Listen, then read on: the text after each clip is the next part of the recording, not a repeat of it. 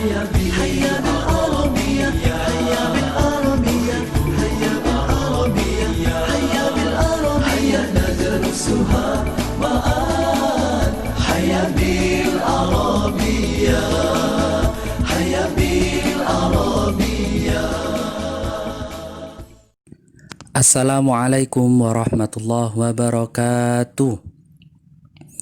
Sabahul khair. Kaifa halukum? Alhamdulillah ana bi khair aidan. Tayyib. Hayya bina nabda'ud darsa bil basmalah. Bismillahirrahmanirrahim. Oke anak-anak, berjumpa lagi dengan Ustadz Hasan dalam pelajaran bahasa Arab. Masih pada bab 1. Ustadz lanjutkan. Kalau kemarin kalian sudah mempelajari tentang mufrodat atau kosakata yang sudah Ustadz berikan, hari ini kita akan mempelajari tentang materi al-fi'lu atau fi'il, atau dalam bahasa Indonesia disebut kata kerja. Perlu diketahui kelas 6 ini kita akan fokus untuk mempelajari kata kerja. Sebelum masuk ke pembahasan, kita mulai pembelajaran dengan mereview dulu lagu mufrodat yang sudah Ustadz berikan kemarin ya. Masih ingat dimulai dari kata apa? Yanamu. Menggunakan nada apa? Ampar-ampar bisa. Ya, kita review bersama-sama. Ikuti Ustadz.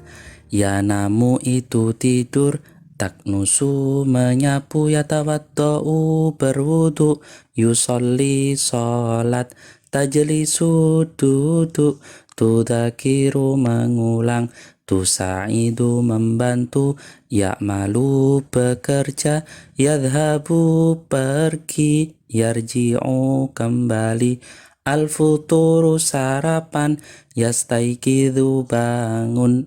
Seperti itu nadanya ya. Silahkan direview, di murojaah di rumah untuk persiapan ulangan harian atau ulangan tengah semester atau ulangan-ulangan yang lain ya. Ustadz lanjutkan. Kita akan mempelajari tentang jumlah fi'liyah. Kalau kemarin di kelas 5 kita sudah mempelajari jumlah ismiyah, di kelas 6 ini kita akan mempelajari jumlah fi'liyah. Apa sih itu satu jumlah fi'liyah? Jumlah fi'liyah adalah susunan kalimat yang terdiri dari fi'il dan fa'il.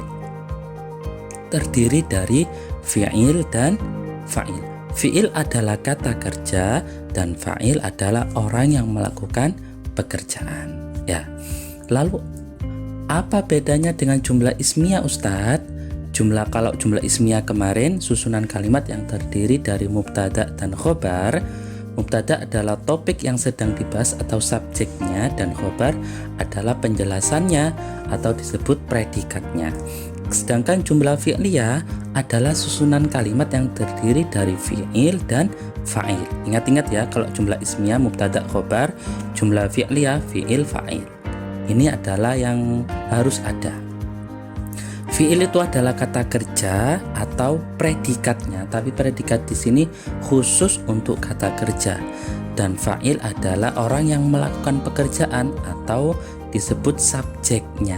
Ya. Dalam bahasa Indonesia, susunan kalimat itu biasanya terdiri dari subjek, predikat, objek, keterangan. Ya, seperti itu. Yang harus ada adalah subjek, predikat. Ustadz kasih contoh untuk yang subjek dan predikat. Buku itu baru. Buku di sini yang sedang dibicarakan atau subjeknya, dan baru adalah predikat dari subjek tersebut. Buku itu baru. Sedangkan yang untuk yang lengkap subjek, predikat, objek, keterangan itu misalkan seperti ini. Ahmad belajar bahasa Arab di rumah. Itu ada subjeknya, ada predikatnya, ada objeknya, dan ada keterangannya. Ustadz lanjutkan. Sedangkan di dalam bahasa Arab, susunan kalimat itu dibedakan menjadi dua. Satu, jumlah ismiyah yang tadi, yaitu terdiri dari subjek dan predikat, dan yang nomor dua adalah jumlah fi'liyah yang akan kita bahas, yang terdiri dari predikat dan subjek. Ya, ini adalah dua pokok yang harus ada. Tapi predikat untuk jumlah fi'liyah di sini khusus untuk kata kerja. Fi'il atau kata kerja itu dibagi menjadi 3. Ada fi'il mudhari, al-fi'lul mudhari. Yang nomor 2 al-fi'lul amr atau fi'il amr. Yang nomor 3 adalah al-fi'lul madhi atau fi'il madhi. Ya, kita akan bahas satu persatu. Untuk kelas 6 ini untuk bab 1 ini kita akan mempelajari yang nomor 1 dulu, fi'il mudhari. Apa sih itu Ustaz fi'il mudhari? Pengertian fi'il mudhari. Fi'il mudhari adalah bentuk kata kerja yang menunjukkan pekerjaan yang sedang atau akan dilakukan. Perhatikan, yang sedang atau akan dilakukan. Contohnya, yanamu Ahmad. Artinya Ahmad sedang atau akan tidur.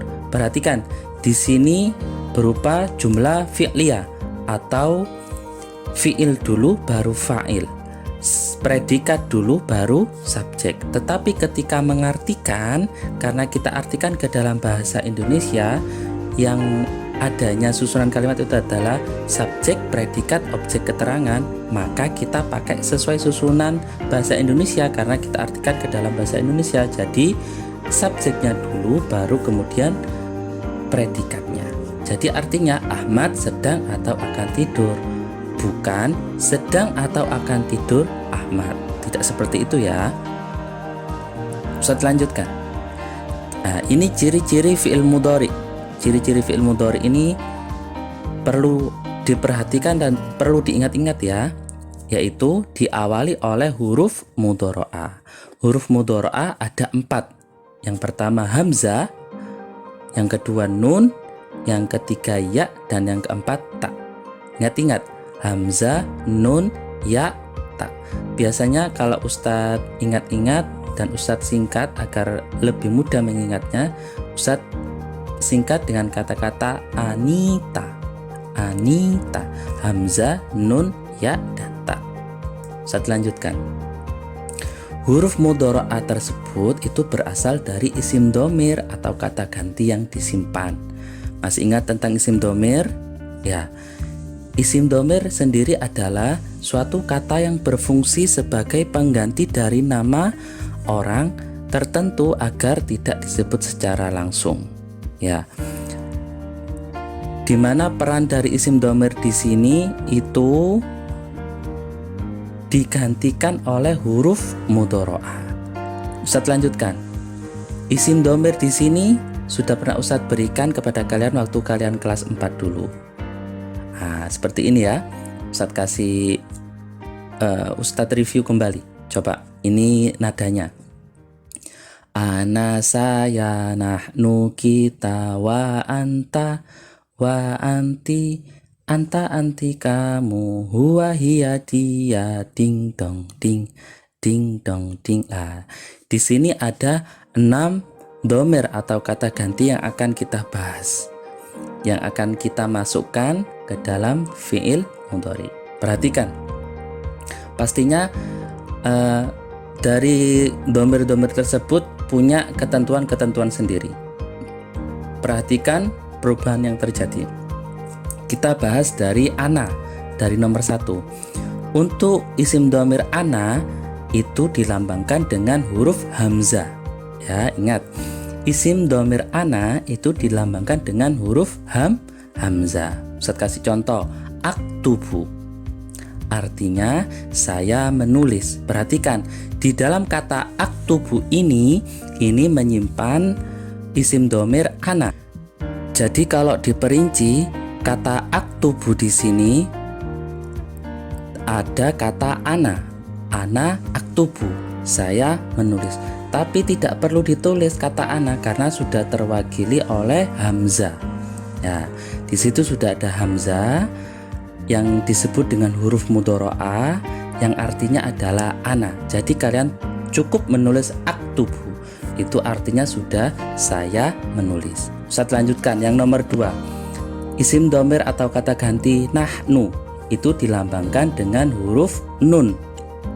Ya, kalau kita ingin mengatakan kita menulis, kita perlu kita hanya perlu mengatakan naktubu tanpa nahnu naktubu. Tidak perlu, karena kata-kata naktubu itu sudah menyimpan kata nahnu, di mana di dalam huruf nun itu adalah lambang dari nahnu.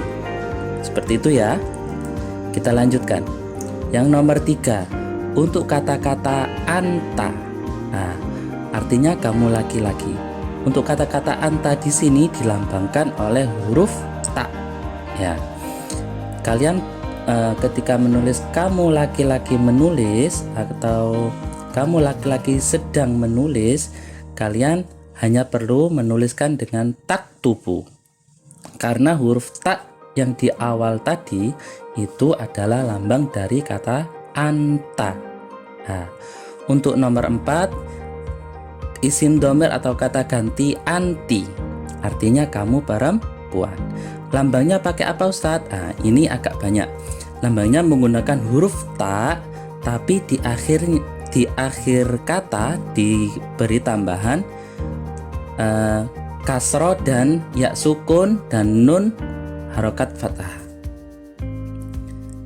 Jadi kalau dicontohkan taktubina, huruf terakhir adalah ba. Huruf ba itu diberi harokat kasro dan ditambah ya sukun dan nun berharokat fathah. Taktubina ini untuk membedakan dengan taktubu. Taktubina, ya seperti itu ya. Kita lanjutkan. Nomor 5, huwa. Kata huwa di sini dilambangkan dengan huruf ya. Ya. Contohnya yaktubu. Ya, huruf ya di sini mempunyai arti huwa. Artinya dia laki-laki sedang menulis. Kita lanjutkan. Nomor 6, hiya. Hiya dilambangkan dengan huruf ta. Contohnya taktubu, artinya dia perempuan sedang menulis. Loh Ustadz, yang hiya sama yang anta kok sama? Iya sama, lambangnya sama. Terus Ustadz, cara membedakan bagaimana? Cara membedakannya kita lihat dari bentuk kalimatnya. Apakah dia menggunakan hiya atau dia menggunakan anta? Kita akan beri contoh pada pembahasan di pertemuan selanjutnya. Tapi untuk kalian perlu pahami, untuk huruf pengganti dari atau lambang dari hiya dan anta itu sama, yaitu ta. Kalau anti tadi sama ta, tapi ada tambahan kasroh dan ya sukun dan nun. Sedangkan untuk anta dan hiya itu sama-sama taknya dan sama-sama tidak ada tambahan di akhirnya. Ya, Ustadz lanjutkan dulu. Untuk yang nomor 7, misalkan ada nama orang Ahmad. Ya, misalkan ada nama orang Ahmad. Di sini Ahmad itu sama dengan huwa. Maka kata-kata Ahmad itu diberi lambang atau diberi huruf mudhora'ah berupa ya, karena sama dengan huwa. Contohnya yaktubu Ahmad. Ahmad menulis. Ya, jadi bukan dia menulis lagi karena dianya sudah diketahui siapa, yaitu Ahmad. Yaktubu Ahmad, Ahmad menulis. Yang nomor 8, Aisyah, itu sama dengan hiya. Untuk nama orang perempuan itu sama dengan hiya, yaitu dilambangkan dengan huruf ta. Ustadz kasih contoh, taktubu Aisyah. Aisyah menulis. Jadi bukan dia perempuan menulis lagi karena dianya sudah diketahui siapa, yaitu Aisyah. Aisyah sedang menulis. Seperti itu. Kemudian silahkan nanti kalian kerjakan tugas dari Ustadz yang sudah Ustadz berikan. Jangan lupa difahami dulu materi ini. Kalau sudah paham, baru kalian kerjakan tugas dari Ustadz. Jangan lupa dikerjakan ya. Jazakumullah khairan katsira. Ustadz akhiri. Ilal liqa. Ma'as salama. Syukron. Assalamualaikum warahmatullahi wabarakatuh.